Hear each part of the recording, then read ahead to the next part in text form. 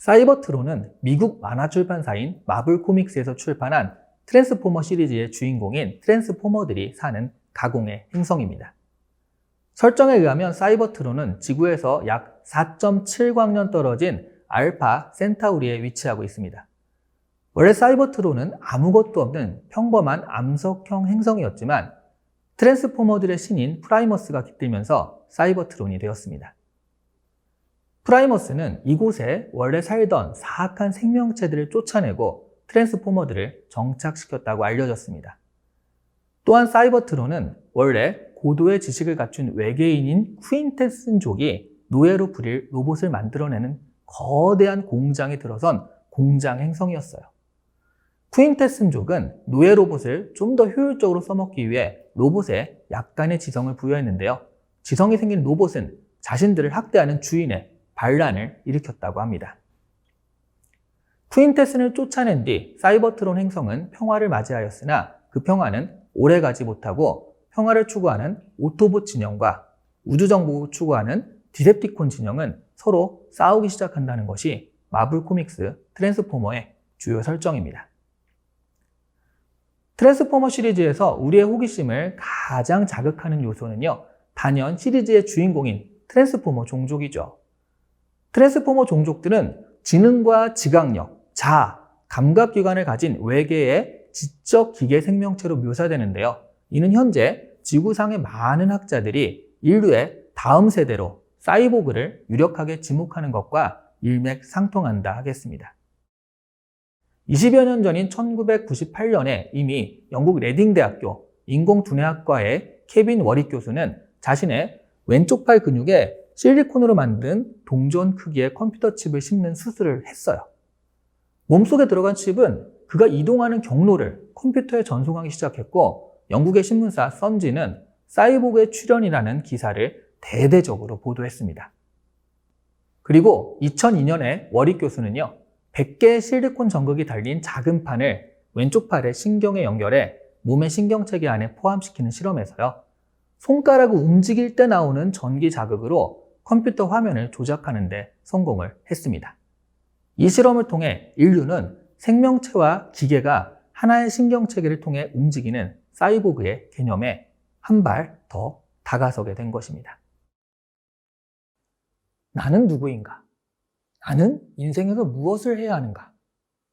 인생의 의미는 무엇인가? 이런 생각들 해본 적 있으시죠? 사실 인간은 태고적부터 이런 질문을 해왔습니다. 오늘날 과학과 신, 정치와 종교에 관해 우리가 아는 것과 모르는 모든 것을 감안했을 때 우리에게 최선의 답은 과연 무엇일까요? 스스로 이에 대한 답을 하기 전 인류의 과거를 다시 한번 뒤돌아보겠습니다. 특히 지난 500년은요, 인류사에 깜짝 놀랄 만한 혁명이 연쇄적으로 일어난 시기였어요. 경제는 지수적으로 성장했으며 과학과 산업혁명 덕분에 인류는 초인적 힘과 거의 무한한 에너지를 갖게 되었습니다. 정치와 사회 질서도 불안정성이 크게 개선되었고요. 그런데 그 과정에서 우리는 더 행복해졌을까요? 흔히들 역사가 지속되는 기간 동안 인간의 능력은 계속 확장되었다고 생각하곤 합니다.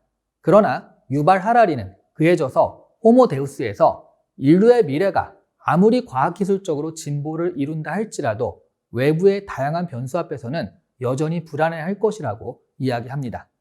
불안정성은 인류의 본성과도 같은 것이어서 인류의 미래를 위협하는 요소는 꾸준히 발생할 것이라고도 진단을 하죠. 하지만 과학 발전 속도가 점점 빨라지고 있는 21세기, 인류는 조금씩 자연의 속박에서 벗어나려는 시도를 다양하게 진행하고 있습니다. 사실 인류는 느리기는 하지만 자연계를 자신에게 이롭게 개선하고자 하는 시도를 멈추지 않았거든요. 닭을 비롯해서 소와 말, 돼지 등 동물을 가축으로 길들여 왔으며 농작물이나 과일 등도 병충해에 더 강하고 더 맛있게 품종을 개량해 왔습니다. 물론 이는 자연 선택의 방향을 조금 유리하게 바꿔준 것에 불과한 것이긴 하지만 말입니다. 그러나 오늘날 인류는 40억 년에 걸쳐 일어난 자연 선택이라는 시스템과는 전혀 다른 방식으로 미래의 불안 요소를 개선해서 궁극적으로 사피엔스의 불완전성을 극복하기 위해 다음과 같이 자연계에 도전하고 있습니다. 첫째는요, 생명공학을 활용한 도전입니다. 생명공학은 생물학의 수준에서 인간이 새로운 생명체를 창조해내는 것을 말합니다. 알바는요, 아르바이트의 준말이 아니에요. 알바라는 이름은요, 지금까지 지구상에는 존재하지 않던 녹색 형광토끼의 이름입니다. 프랑스의 생명공학 연구소는 평범한 흰 토끼의 배아에 녹색 형광을 발하는 해파리 유전자를 끼워 넣음으로써 알바를 탄생시켰어요. 인류는 지금 유전공학을 이용하여 훨씬 다양한 기능을 가진 새로운 생명체나 유기기관을 만들어낼 수 있는 수준에까지 도달한 상태입니다. 기술이 더욱 발전하여 인류의 유전자까지 마음대로 조작하며 다른 생물종과 결합이 쉬워지는 단계에 이르면 미래의 지구는 호모사피엔스가 아닌 다른 인류가 지배할지도 모릅니다. 둘째는 사이보그 공학을 활용한 도전이 있습니다. 사이보그는 생물과 무생물을 부분적으로 합친 존재로 생체공학적 의술을 지닌 인간이 그런 예가 될 것 같습니다. 사실 인류는 지금 진정한 사이보그가 되려는 경계선에 아슬아슬하게 발을 걸치고 있다고 유발 하라리는 진단을 해요. 이 선을 넘으면 우리는 우리의 능력과 성격, 정체성이 전혀 달라지는 무기물적 속성을 지닌 개체로 탈바꿈하게 될 수도 있습니다. 현재는 신체적 장애를 부분적으로 해결하는 단계에 머무르고 있으나 지금 진행 중인 프로젝트 중에는 뇌와 컴퓨터를 직접 연결하려는 연구도 존재하거든요. 마지막으로 완전히 무생물적인 존재를 활용한 도전이 있습니다. 이러한 도전의 대표적인 케이스는 스스로 진화하는 컴퓨터 프로그램을 들 수 있겠습니다. 유전적 프로그래밍은 현재 컴퓨터 과학에서 가장 흥미로운 분야로 유전자의 진화를 모방하려는 연구에 집중적인 투자가 이루어지고 있거든요. 2005년 시작된 블루브레인 프로젝트는요, 인간의 뇌 전부를 컴퓨터 안에서 재창조하는 것을 목표로 삼고 있습니다. 만약 이러한 무생물적인 존재들이 스스로 진화하고 각성하게 됐을 때 이들을 과연 생명체라고 정의할 수 있을까요? 영화 트랜스포머를 떠올리게 하는 대목입니다. 물론 이러한 연구를 우려하며 윤리적 문제를 제기하는 움직임도 있지만 분명한 점은요, 인류는 스스로의 지속 가능성을 위한 답을 기존의 성공 법칙이나 구조의 틀에서 벗어나 보다 유연하고 다채로운 방법으로 찾아내고 만들어 나갈 것이라는 점입니다. 과연 우리 인류는요, 먼 미래에 어떤 모습으로 존재하게 될까요? 그 미래에도 인류라 부를 수 있는 형태로 존재하기는 할까요? 꽤 오랜 시간을 달려왔음에도 불구하고 인류 역사는요, 이제 겨우 갓난하게 첫 발걸음을 뗀 것에 지나지 않은 건지도 모르겠습니다. 호모사피엔스가 오늘날 지구를 지배하며 살게 된 것은 다수가 유연하게 협동할 수 있는 유일한 동물이기 때문이라고 유발 하라리는 인류 3부작에서 강조했습니다. 호모사피엔스는 불과 20여만 년 전에 등장했으며 심지어 그중 3분의 2에 해당하는 기간 동안은요, 동아프리카 변방을 떠돌며 수렵 채집을 하는 별 볼 일 없는 유인원 집단에 불과했습니다. 그러나 약 7만 년 전부터 우리 조상은 갑자기 아프리카를 벗어나 세계 곳곳으로 퍼져나가는 대약진을 시작했고요. 마침내 인지혁명, 농업혁명, 과학혁명을 일궈내면서 오늘날에 이르렀습니다. 유발 하라리는 이후의 인류 문명에 대해 예측하며 수메르 제국의 길가메시 신화를 인용합니다. 그리고 결국은 지속 가능한 삶, 영원한 생명에 이르는 방법을 찾아낼 것이라고 이야기를 합니다. 물론 그 방법 중에는 호모 사피엔스의 정체성을 내려놓아야 하는 것도 포함되어 있지만 말이죠. 지속 가능성에 대한 논점은 인류라는 거시적 관점뿐 아니라 내가 속한 조직과 기업이라는 미시적 관점에서도 매우 흥미로운 주제이기도 합니다. 영국 이코노미스트지는 장기적으로 생존하는 기업 조직의 핵심 역량으로 조직 탄력성의 중요성에 대해 다루었습니다. 조직 탄력성이란 기업이 급변하는 경영 환경에서 계획을 세워 리스크에 대비하고 예상될 수 있는 리스크를 파악하며 실제 리스크가 발현되었을 경우에 대응 방법까지 포함하는 개념입니다. 탄력성이 강한 조직은요, 단순히 장기간 생존한 조직을 의미하는 것이 아니라 변화의 시련을 극복하며 지속적으로 성장, 번영하는 조직을 의미합니다.